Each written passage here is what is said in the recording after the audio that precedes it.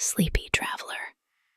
Before we begin tonight's slow and soothing tale, take a moment to settle in.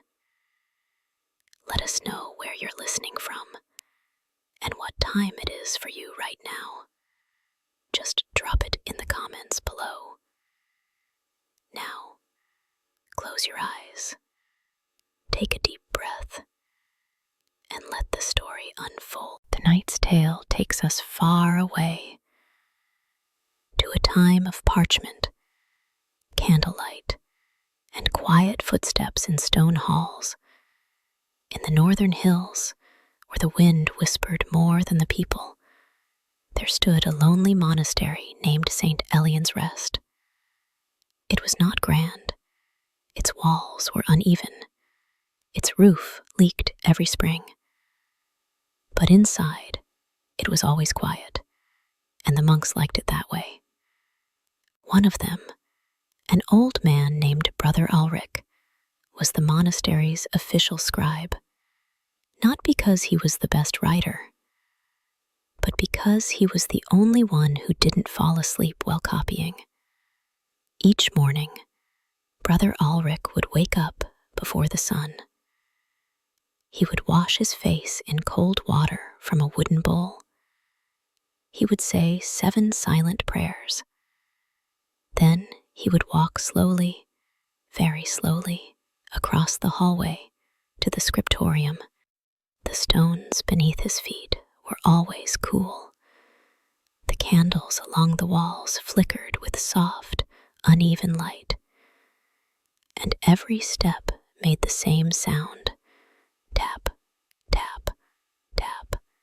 In the scriptorium, nothing ever changed. There was a desk, a chair, a quill, and stacks of blank parchment. Sometimes there was dust. Sometimes there was more dust. Ulrich would sit.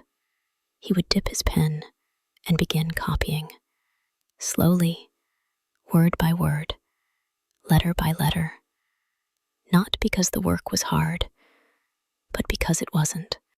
Outside, the wind moved the trees.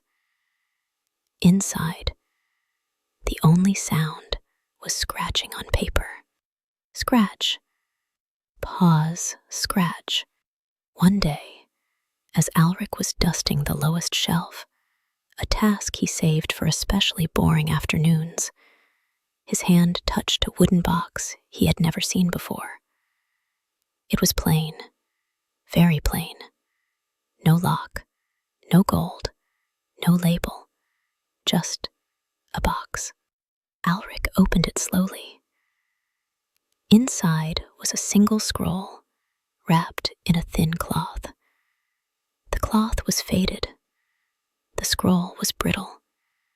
And on its cover, written in letters older than the monastery itself, were 3 words: Non solvitur lux. Ulrich squinted.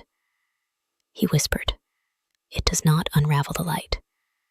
He wasn't sure if the translation was right. He wasn't sure if the sentence even made sense, but he liked it. He set the scroll gently on the table and lit an extra candle. The wax was already low, but he didn't mind. It dripped slowly, like everything else in the monastery. He unrolled the scroll very carefully. It was covered in symbols. The next morning came slowly, as all mornings did at St. Elian's Rest. A soft mist rolled over the hills, and the bell in the tower rang once, not because it needed to, but because Brother Merrick liked bells. Brother Ulrich sat in the dining hall, chewing on a piece of hard bread that had been toasted nearly to stone. He dipped it in weak broth, staring at the same wall he stared at every morning. The same crack, the same shadow. But his thoughts were not on the bread or the broth. They were on the scroll. When the meal ended, Ulrich walked, more slowly than usual, back to the scriptorium. The scroll was still there. Of course it was. No one ever touched anything in the scriptorium, except dust.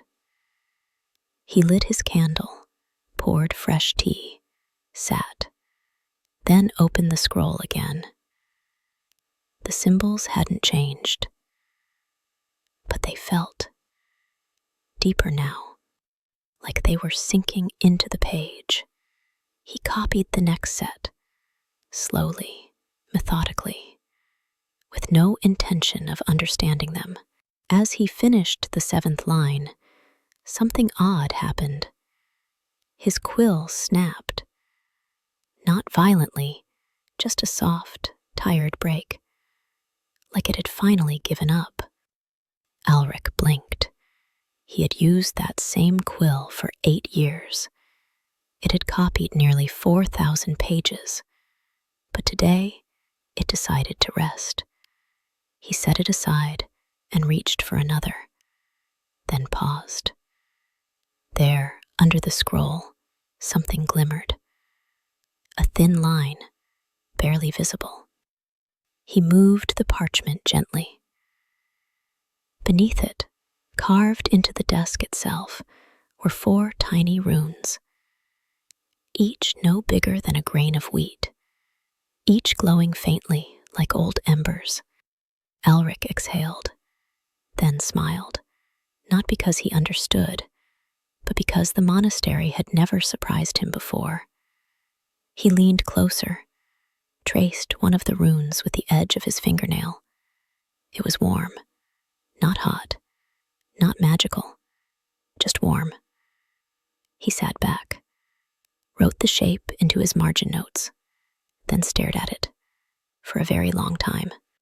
Eventually, the bell rang for evening prayers. He stood, stretched, and left the room, leaving the scroll, the runes, the candles, and the warmth. And that night, for the first time in 17 years, Brother Alric dreamed. He dreamed of parchment that breathed, of ink that flowed uphill, and of words he could not remember, but felt very deeply. When he awoke, the scroll was gone. 3 days passed, and Alric had not left the scriptorium. He ate only bread, slept only when his eyes refused to stay open, and kept drawing, page after page, in silence. Then, just after dusk on the 3rd day, a knock echoed through the stone hall. Not loud, not rushed, just a knock. It came from the monastery gate, a place that rarely welcomed visitors. Alric stood, stiff-legged. He hadn't spoken since the scroll vanished. He walked slowly to the entrance. The wind outside was colder now, and the sky deep blue, like ink not yet dried. He opened the heavy door. A woman stood there. Her cloak was damp, her hair long, her eyes familiar. She didn't speak. She simply held something in her hands, a small satchel, wrapped in cloth, tied with red thread. Alric stepped aside, let her in. She placed the satchel on the table, untied it carefully, unwrapped the cloth. Inside, a scroll, but not the same one. Not old, not dry, new, soft, and across the top, in letters glowing faintly, the Morie Custos, the keeper of memory. The woman looked at Alric, still no words, but in her eyes he saw, knowing. She pushed the scroll forward, and turned to leave. As quietly as she arrived, she stepped into the night. Alric sat, hands on the table, heart still. The scroll waited, and the story. Ulrich waited before unwrapping the new scroll, not from fear, but reverence. He watched it, resting on the table, for an hour, then another, as if waiting for the scroll to invite him. The room was warm with candlelight. Rain whispered on the stone roof, and a distant owl called once, then fell silent. Ulrich finally reached out, fingertips light. He untied the red thread, unwrapped the cloth, and unrolled the scroll. The parchment was soft, like it had been touched by time itself. Not old, but wise. The symbols were different this time. Not circles, not lines, but waves. Gentle, flowing forms. Some looked like breath, others like sleep. There were no headings, no obvious order, just a quiet rhythm. Ulrich ran his hand across the surface. No ink, nothing etched, but as his hand hovered, the symbols glowed faintly. Not bright, not showy, but like moonlight on river water. He did not copy these. He just stared, and slowly he began to hear. Not voices, not words, something deeper, a memory he'd never had, a song he didn't know he remembered. He closed his eyes, and the story entered him. A memory of a woman brushing her hair beside a fire, her face hidden, but her hands calm. A child running barefoot across wet stone, laughter echoing down a long, empty corridor. A bell tolling not to signal prayer, but to mark a goodbye. A hand gripping another in the rain. Ulrich opened his eyes. His breath was slow. He felt tears, not falling, but gathering. He had never lived these moments, but somehow he missed them. He sat in silence, the scroll before him, still waiting. He whispered, "Whose memories are these?" And the parchment pulsed once. Softly, he placed both hands on it and felt everything. The woman from 3 nights ago, her journey through forest paths, her fingers tracing stone as she walked. The box he once found, not placed randomly, but left, carefully, by someone who knew he would find it. The scroll that disappeared, it hadn't left. It had become part of him. He had become its keeper. Memoriae Custos. He whispered the words again. They felt different now, less foreign, more true. He did not need to draw. Water rippled. A low hum filled the chamber. That night, Ulrich dreamt in colors he had no name for. He floated, weightless, through a garden he had never seen. The air shimmered with stillness. Leaves whispered secrets in a language only dreams understood. He awoke just before dawn. The monastery was silent. Even the usual creaks and settling sighs of the stone were hushed. Ulrich dressed slowly, lit a single candle, and walked, not toward the scriptorium, but the cellar.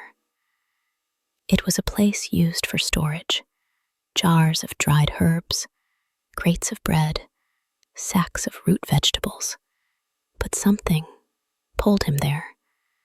His bare feet made no sound on the stone, only the soft breath of the candle flickering ahead of him.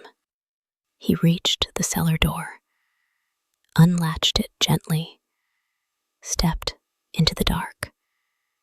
Each step down the stairs felt like descending through memory.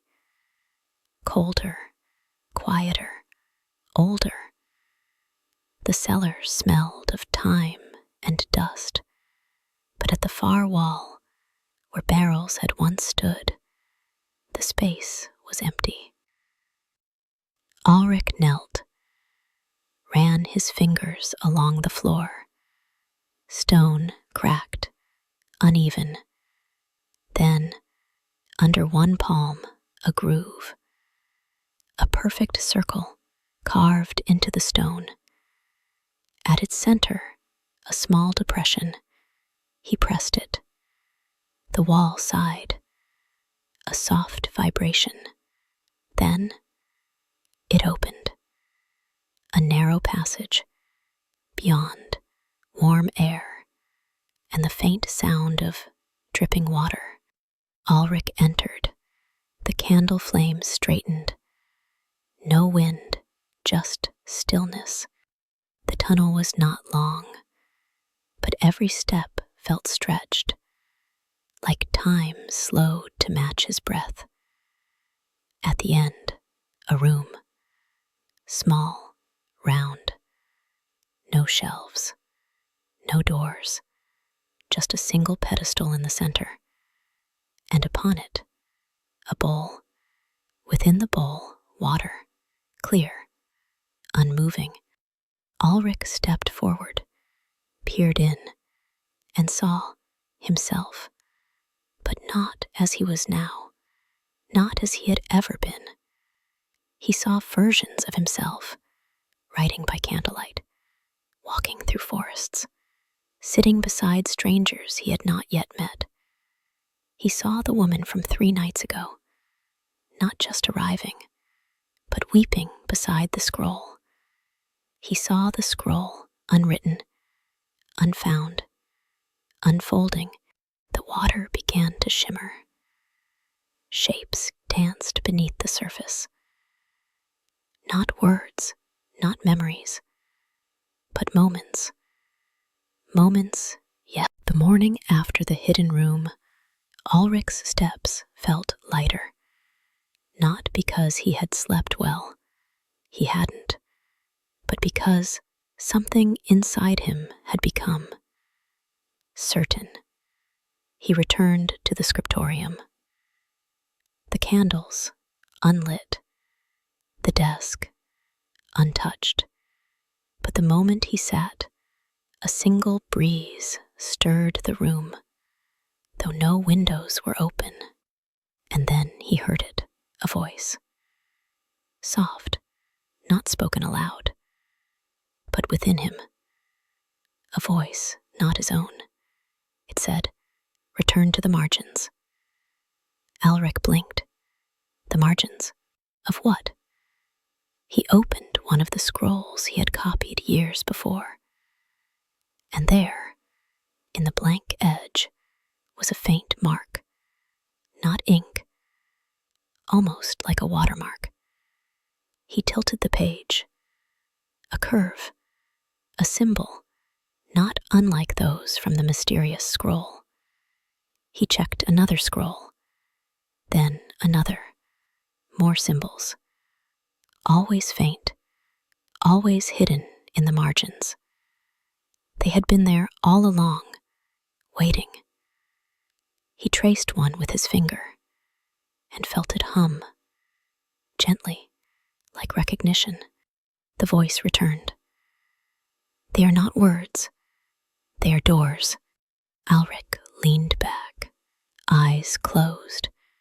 He let the voice guide him. He touched the scrolls in order. 5 symbols, 5 scrolls. And then, without moving, he saw the monastery, as it once was, larger, filled with voices, with color, with memory. He saw monks copying not scripture, but stories. Stories of healing, of forgiveness, of dreams. He saw a library, now long collapsed, hidden beneath the west wing. He saw himself walking there.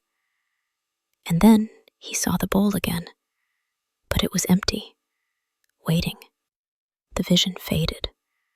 The voice fell silent, and Ulrich whispered, "What is it you want me to remember?" Only the wind replied, but that was enough. He reached for his pen, opened a new page, and began to write. Not from memory, but from trust. The wind had stilled. The scriptorium was silent once again, but something had shifted. Ulrich could feel it, in the way the floor creaked beneath his feet, in the quiet flicker of the candles, and most of all, in the margins of every scroll. He no longer saw empty spaces, he saw doors. And now he knew where one of them led. The West Wing. Once long ago, it had held the monastery's great library, before the fire, before the collapse, before silence fell over it like dust. No one had entered that part of the grounds in years. Walls buckled, beams snapped, stone fractured, but Ulrich knew now. The stories had not died there. They had only gone underground. He packed only a satchel, a candle, a flask of water, and the red-threaded scroll, now always at his side. The west wing door groaned as he pushed it open. Ash still clung to its hinges. Inside, cool air and quiet. The remains of shelves reached like broken ribs from the ground. Charred paper fragments lay like old snow, but Ulrich was not here to mourn. He was here to listen and to follow. He walked carefully. His feet remembered where the steps had once been, where the long table had sat, where the head librarian had once stood. Her eyes kind, her voice low. In the center of the ruin stood a pile of collapsed stone, and carved into one of the fallen columns, a symbol. The same wave-like marking from the scroll. He placed his hand against it, closed his eyes, and heard tapping, faint, from beneath. A rhythm, not random, measured, like someone writing. He stepped back, scanned the stones, and saw it, a small tunnel, half buried. Without hesitation, he knelt and crawled. The space narrowed. Dirt and ash smeared his robe. Dust choked the air. But the tapping grew louder, and then light. A thin sliver, breaking through a crack in the stone. He reached it, pushed, and fell through, into a chamber. Unburned, unbroken, untouched. A library beneath the library. Candles still mounted on the walls, melted but whole. Benches intact, scrolls stacked with care. And at the far end, a desk, not empty. Someone sat there, writing. A figure in gray robes, hair the color of winter bark. Their hand steady. Years passed. But Ulrich did not feel them. He wrote as if led by something unseen. Not hurried, not forced, but inevitable. Each word on the page felt familiar, like returning to a place he'd never been, but always known. And when he finally stopped, He looked down at the scroll and found it was not blank, not anymore. It was filled not only with his words, but symbols, some in the margins, some between the lines, some just slightly, like they were breathing. He closed the scroll gently, wrapped it in the cloth, and stood. The chamber around him waited, but no longer silently.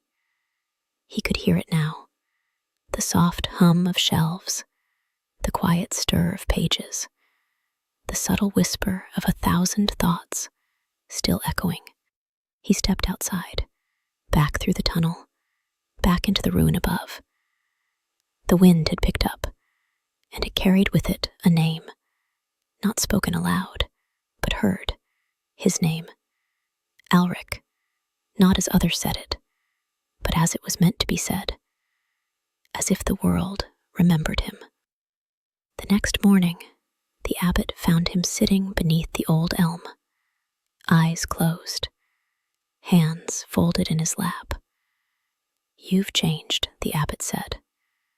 Alric smiled, didn't open his eyes. "Perhaps I remembered something." The abbot nodded, took a seat beside him. "You left the scriptorium unlocked." Alric opened one eye. "Did I?" "Someone went inside." Alric tilted his head. "And?" "They left a scroll." Now both eyes opened, wide. He stood, walked swiftly back across the courtyard, up the worn steps, through the wooden doors, and there, on his desk, a scroll, tied with a gold thread. He untied it, unrolled it, and read, "The wind carries more than air. It carries memory, and names, and stories not yet told." There was no signature, just a symbol at the bottom, a simple spiral like a fingerprint. Alric touched it and felt warmth. He sat, pulled out ink, and continued writing, not because he had to, but because the story was still speaking, because memory was still breathing, because somewhere, someone else was listening, and they were ready to remember. The ink did not move when he dipped his quill into it, and yet it waited. Ulrich could feel it, as if the ink itself knew what was about to be written. He paused. The candle flickered beside him. Outside, the winds had calmed. The air was thick with stillness. He placed the tip of the quill on the parchment, and then, like before, he let go, not of the pen, but of the need to control. The words came, not rushed, not deliberate, but natural. In a village forgotten by time, where the sun rose only once a week, there lived a boy who could not speak, but everyone claimed they heard him. Ulrich blinked. He had not planned this, but the scroll was no longer just about the monastery. It had become something more, a weave, a tapestry of stories that reached far beyond these stone walls, and each tale was a memory made of someone else's silence. He continued writing. He wrote of the silent boy, how he moved through the village like a shadow, how the dogs wagged their tails when he passed, how the wind shifted when he entered a room. People swore they heard him in their dreams, not in words, but in presence. One elder claimed the boy had once whispered the name of her lost son in a gust of spring wind. Another said The boy's silence cured her daughter's fever, and all the while, the boy said nothing. Ulrich paused. He dipped the quill again. The ink shimmered. Then he wrote. The boy did not need to speak, because the world had already begun to listen. Ulrich leaned back. The candle now burned low. Wax pooled near its base. He heard a soft knock at the door. Brother Canaan stood there, eyes uncertain. There's someone at the gate, he said. Ulrich stood, followed him silently through the stone hall, down the steps, past the courtyard. At the outer gate, a young girl, wrapped in a traveler's cloak, eyes wide with hope and fear. She held something in her hands, a scroll, tied with gray string. She looked at Ulrich. Are you the one who remembers? Ulrich did not answer. Not yet. He took the scroll from her hands, untied it, unrolled it, blank, but only to the eye, to the heart. It thrummed. Another story, another thread. He nodded gently, gestured for the girl. Girl said her name was Mira. She did not know why she had come to the monastery, only that she had woken one morning with the scroll beside her pillow and a dream still echoing in her bones. A voice whispering, "He will remember what you've lost." Ulrich did not question it. He had learned long ago that the truth rarely arrived with explanations, only with presence. He prepared tea. Mira sat near the window, watching dust dance in the golden light. Neither spoke for a while. Then, softly, she began. I used to dream every night, she said, not just of places, but of people I didn't know. Faces that felt like family, voices that made me feel safe. She paused, fingers tightening around her cup.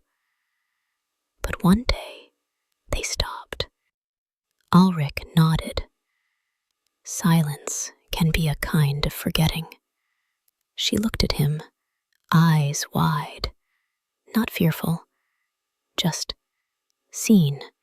He handed her a fresh scroll. Let's find them again. The next days passed like mist, soft, slow, deep.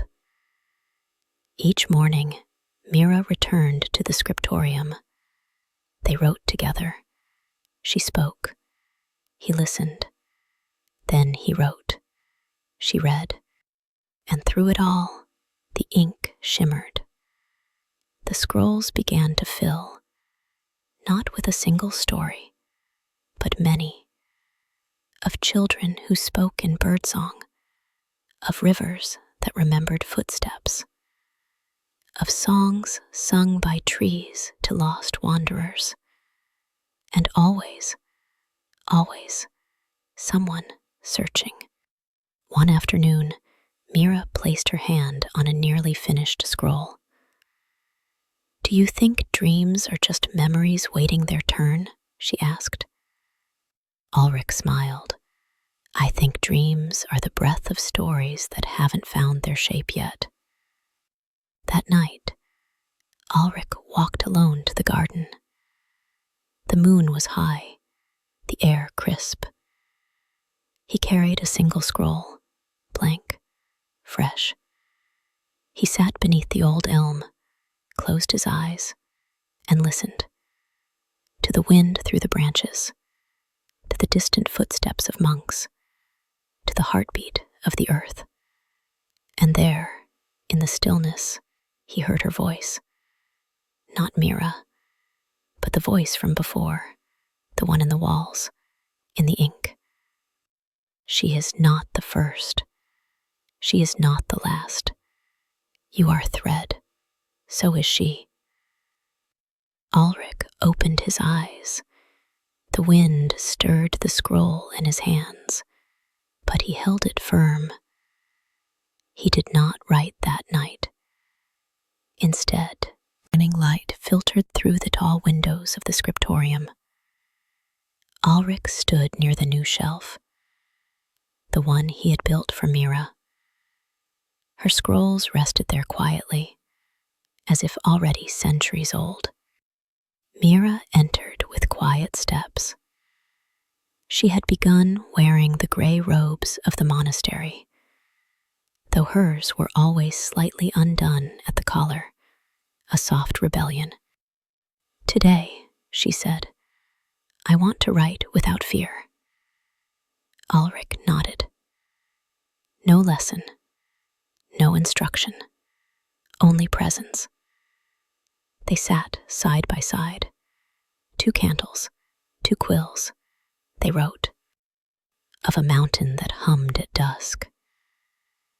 Of a mirror that showed not reflection, but regret. Of a girl who spoke only to shadows and was never alone. Their scrolls grew heavy, not with ink, but with memory. And when the sun set, Mira unrolled a new parchment, not blank, but golden. Ulrich had never seen paper like it. She said only, "It came in a dream." They did not speak again for hours, only wrote. And as they did, the scriptorium seemed to shift. Walls closer, candlelight deeper, air thicker with quiet. Then, a knock at the outer door. A monk entered, eyes wide. "There's someone you should see." They walked to the courtyard. The dusk was falling. Air smelled of moss and smoke. At the gate, an old man, cloaked, bent slightly, but steady. His hands cradled something wrapped in velvet. He looked at Ulrich, then Mira, then back. "I've carried this story for too long," he said. "It belongs here." He opened the cloth. Inside, a scroll, tied with red string, but older than the monastery, older than any of them. The moment Ulrich touched it, he felt cold. And then, a flood of faces, of names, of stars falling into water, of a city beneath the roots of a great tree. He nearly fell, but Mira caught his arm. The old man smiled and walked away, without another word. That night, they didn't sleep. They unrolled the scroll, read it aloud. It had no beginning, no end, only fragments. And when the sky cracked, she remembered the lullaby. Under the 4th moon, the wind whispered its true name. To speak the silence, you must first hold it. The scroll stayed with them. For days, they studied its fragments. Each phrase glimmered with meaning, but also mystery. It did not unfold like a tale. It breathed like a riddle. Myra began to dream again. Not of people, not of places, but of spaces. A room with no door, stone walls, smooth as water, no windows, no handles, only silence. And yet, In the center, a table. Upon it, ink, parchment, and a mirror. She told Alric of the dream. His hands trembled slightly as he listened. He had dreamed it, too. The same room, the same stillness. They consulted the older scrolls, the ones stored in the lower vault. There were whispers in those pages, mentions of the chamber of returning, a place outside of time, a place where stories were not written, but remembered. Ulrich traced the spiral symbol again and again. Everywhere it appeared, change followed. Maybe the room is real, Myra whispered one evening. Maybe it's not a room at all. Maybe it's within. On the 7th night, the wind shifted. No longer cool, but warm. It carried the smell of ink, old parchment, and something else, something alive. They followed it, past the scriptorium, through the garden, into the older wing, long sealed. There, a wall had cracked. A breeze flowed through it, and a staircase, one they had never seen, wound downward. They lit no candles. The air itself glowed, each step deeper, quieter, until they reached a landing. Smooth stone, no door, but when they touched the wall, it opened. Like mist pulled apart by thought, inside, the room, just as in the dream. A table, ink, parchment, a mirror, no sound, only breath. Myra stepped forward. Her reflection in the mirror flickered. It was her, but older, wiser, calmer. She looked at Ulrich. His reflection was gone, not absent, but replaced by pages, scrolling endlessly. He stepped closer and heard whispers, his own voice, telling stories he hadn't yet written. Myra placed her hand on the parchment. It turned warm. The ink moved on its own. It did not return from the room right away. There was no door to close, and no sense of time inside. Only a hush so complete, it felt like being held. Ulrich sat across from Mira, the golden parchment still between them. The ink had stopped moving, but the silence had not. The silence was speaking. He reached toward the parchment, not to write, but to feel. It pulsed faintly beneath his fingers, not like a heartbeat, more like a memory stretching its limbs after sleep. Mira stood. She walked toward the mirror again, but this time it showed nothing, only light and shadow. She whispered, "What if we're not meant to see reflections? What if we're meant to become them?" Ulrich nodded slowly. He did not understand fully, but he felt the truth of it. They left the room in silence, not through a door, but through breath, as if the room released them when it was finished. The monastery felt older now, not in wear, but in weight. Every step echoed longer. Every corridor carried a hush like parchment, waiting for ink. The scroll they brought back remained blank to the eye, but to the heart, it grew heavier by the hour. Mira began to sleep in the scriptorium. her dreams grew vivid.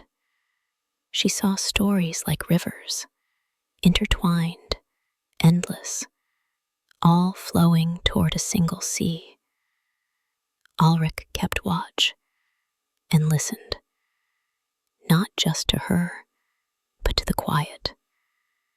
It whispered names, not his, not hers, others. One morning, he rose before the sun, walked alone to the chapel. There, in the far corner, was a scroll he'd never seen before, tied in silver thread, smelling of lavender and frost. He opened it. Inside, no words, only illustrations. An old man with his hand on a great tree, a girl whose eyes held a sky full of stars, a boy riding in the dark. Ulrich knew these figures. He had never met them, and yet he remembered them. He placed the scroll beside Mira as she slept. When she woke, she wept quietly. "I saw them," she said. That evening, a storm rolled in, but no rain fell, only wind, and with it, petals. Hundreds of pale white petals floating through the open windows of the scriptorium. Mira caught one. It dissolved in her hand like mist. On the parchment were the golden. Ulrich dreamed of ink, not in bottles, not on parchment, but flowing through roots, through rivers, through veins. He awoke before dawn, and without speaking, walked to the eastern wing of the monastery. Mira was already there, wrapped in a woolen shawl, eyes wide, silent.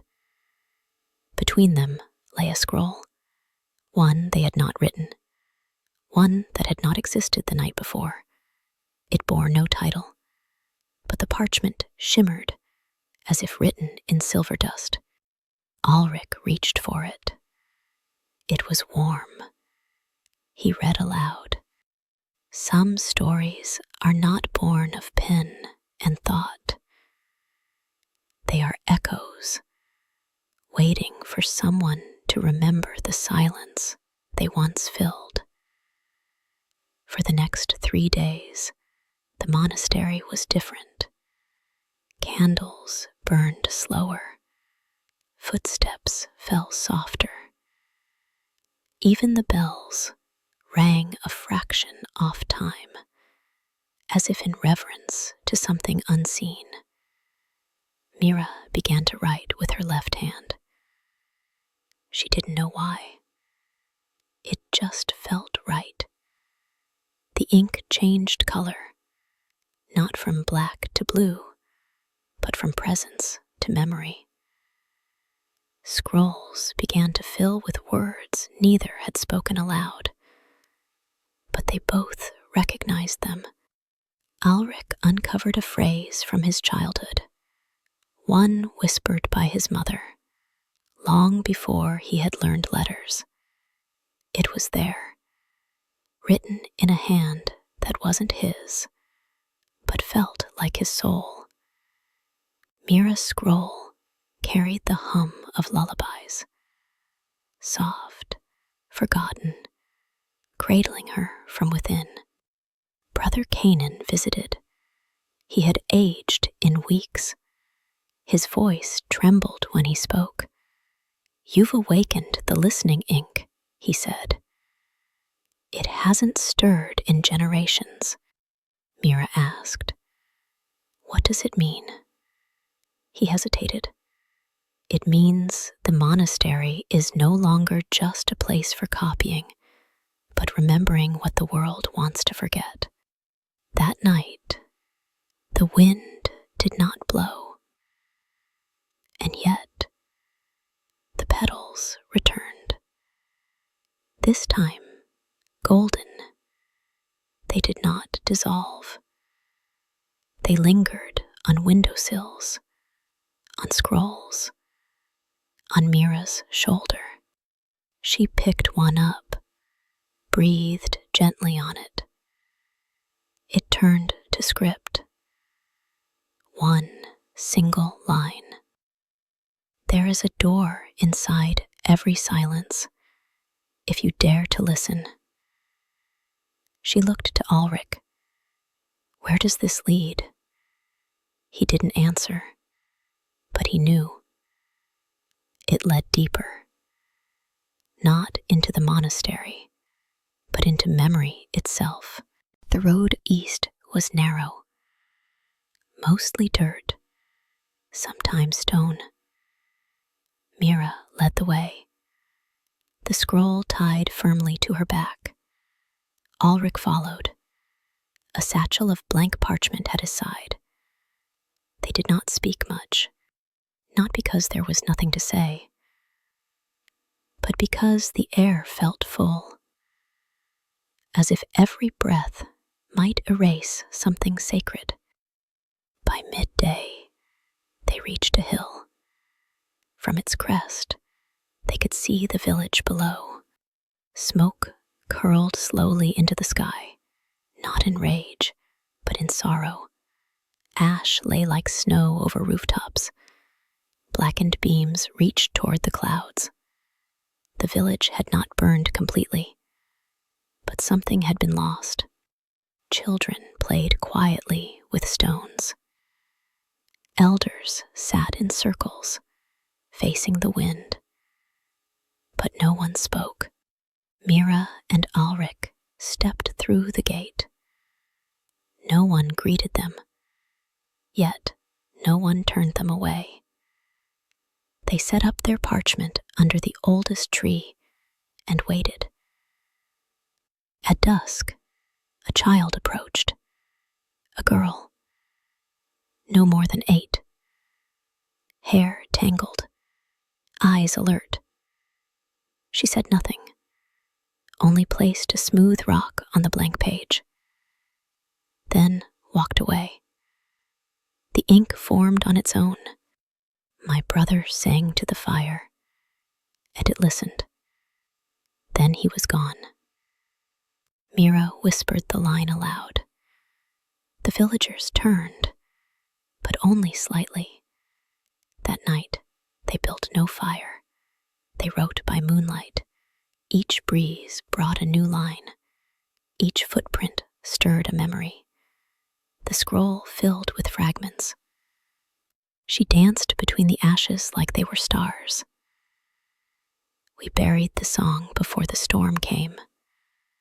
He held the door even when it burned his name away. In the morning, they woke to find every doorway marked with symbols. Spirals, feathers, broken circles. Ulrich recognized them. They were from the listening ink. These people had remembered before and had forgotten again. Now they remembered once more. Mira rolled the scroll gently.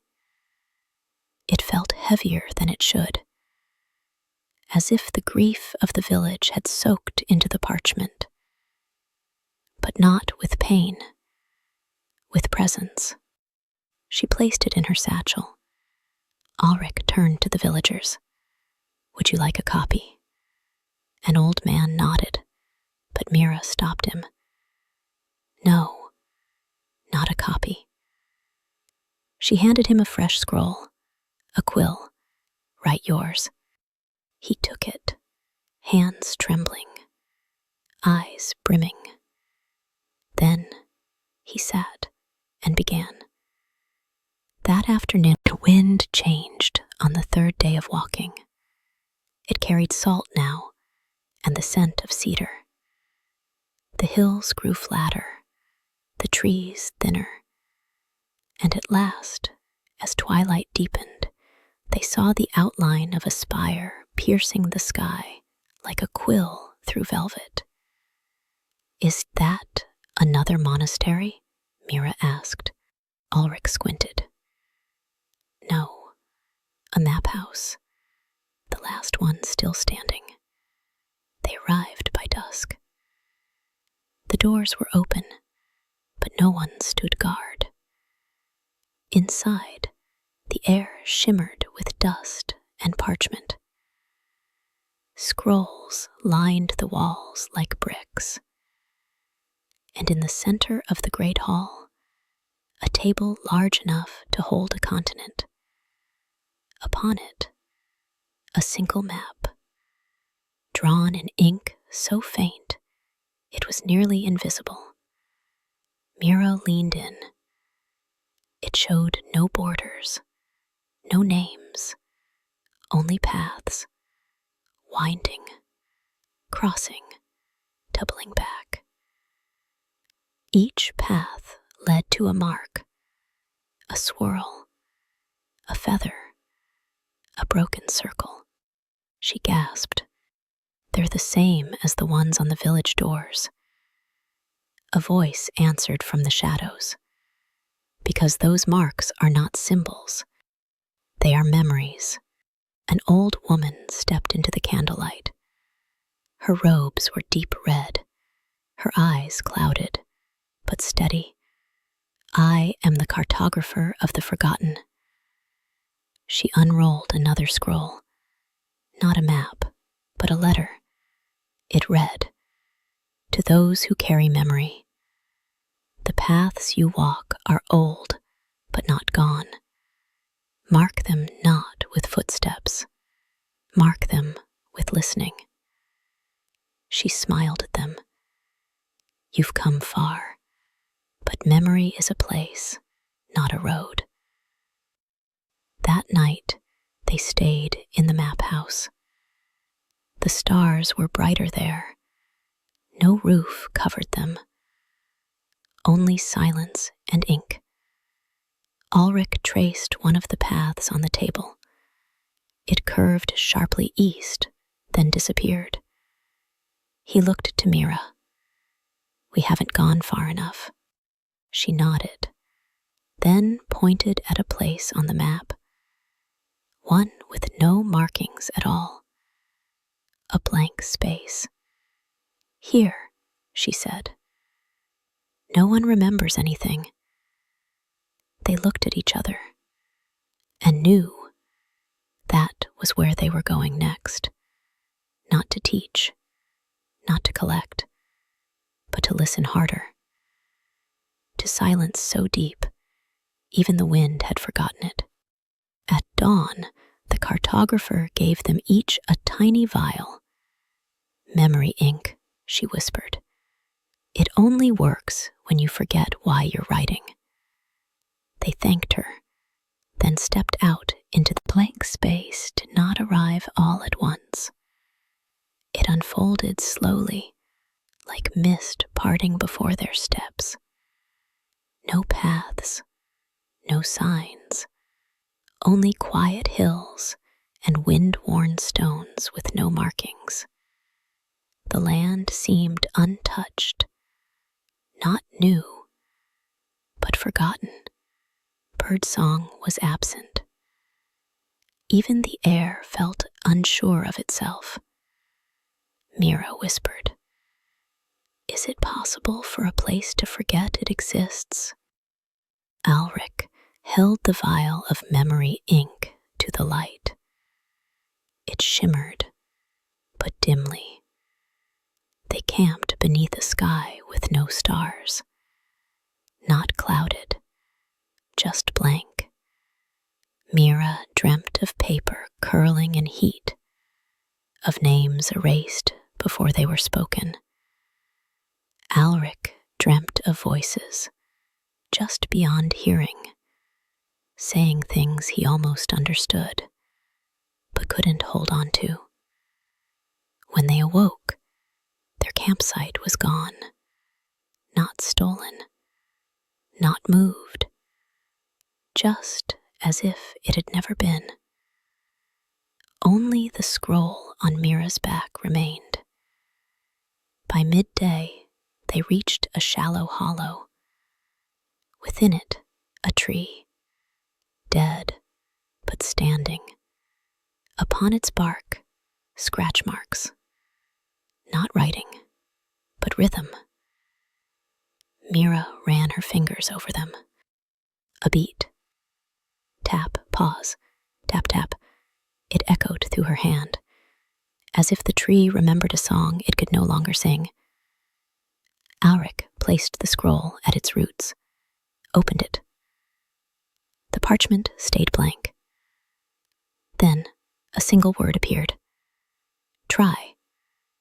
They tried. Mira sang lullabies she didn't know. Alric wrote lines with no source. They closed their eyes and remembered what no one had taught them. The tree did not bloom, but the ground beneath it softened. They dug, with bare hands. Beneath the soil, a shard of clay, etched with a spiral. Mira held it to her chest. Her heartbeat slowed. Alric looked at the horizon. No village, no road, but he felt watched. Not by eyes, but by memory itself. Tentative, wounded, returning. As night fell, they built no fire. They wrote instead. The ink from the vials flowed smoothly now, each word born not of thought, but of presence. Before names, there was breath. Before stories, there was rhythm. Before silence, there was listening. They slept under sky still blank. But Mira dreamed of the morning was still. No wind, no sound, just the weight of something waiting. Mira unrolled the final scroll. The parchment looked older than it should have, as if it had already been written and was merely remembering itself. Alric opened his vial of memory ink. Only a drop remained, enough for one page. They looked at each other, then began.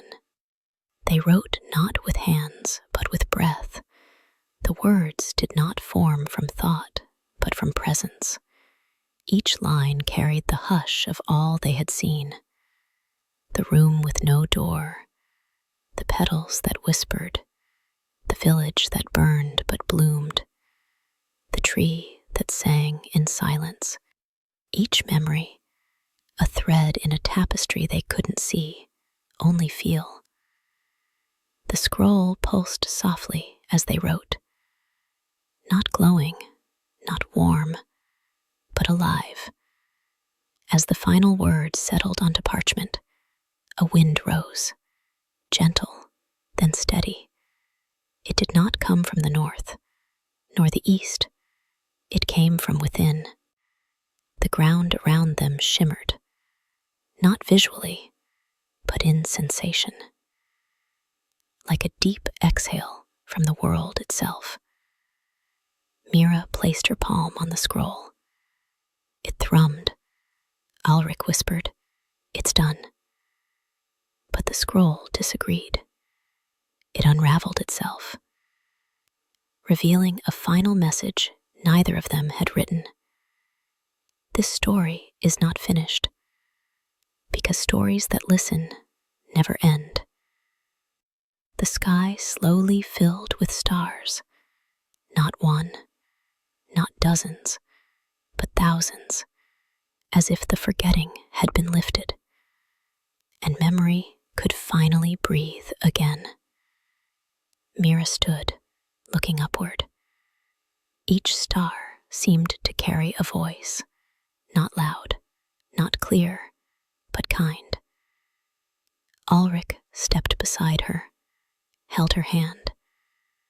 Behind them, the scrolls lay open, fluttering in the wind, no longer forgotten, no longer alone. The monastery would wait, but their journey would not end while there were stories still aching to be heard. Not while silence still had echoes. And so they walked, not back, not forward, but deeper, into the land of listening, into the sleep of memory. And the scroll they carried, it whispered, "Close your eyes now. The story is already inside you. Sleep well."